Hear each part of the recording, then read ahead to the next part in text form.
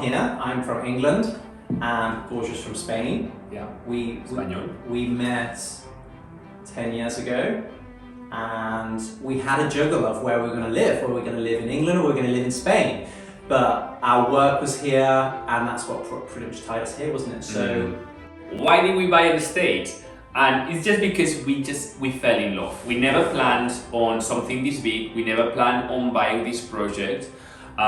This just came up. We were being nosy. We wanted to have a look, and when you fall in love, you fall in love, and that's it. You can't stop it. So we fell in love from just looking through the gardens. We didn't even have to see the house. We bought this property 3.5 years ago, and we bought it from an estate. And this estate had owned this manor for 500 years. The manor is probably 300 years old. They were gifted it from King Henry VII, and it stayed in their family ever since until we bought it. So we're the second owners after the king, which is a weird thing to think about. I remember they opened the doors, didn't I look at each other, and we just knew.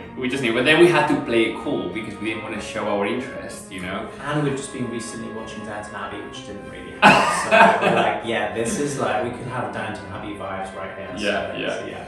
So our caretaker's cottage dates back to the 17th century, 17th, 18th century, and the rest is around 19th century. So it's quite mind-blowing to think that we are restoring properties that they are so old.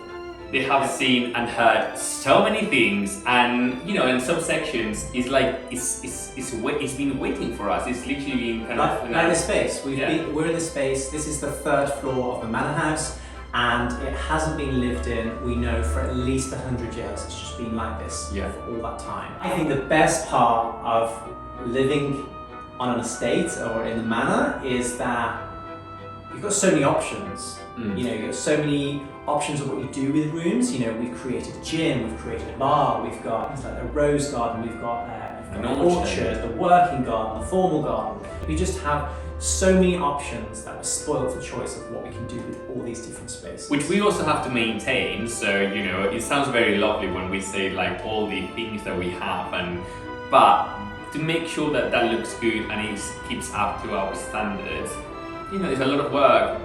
I feel that we are saving this manor, but at the same time, the manor is saving us by keeping us busy, but in a good way, you know. It's giving us, you know, more tight as a team. We're getting to know each other. We want to kill each other at times, but if anything, I think it's making us stronger. And also knowing that this has been a home for people for a couple of 100 years, if not longer, and we're just like custodians of it for the time that we're around, and then it gets passed on to someone else. So it's like leaving our legacy in this property.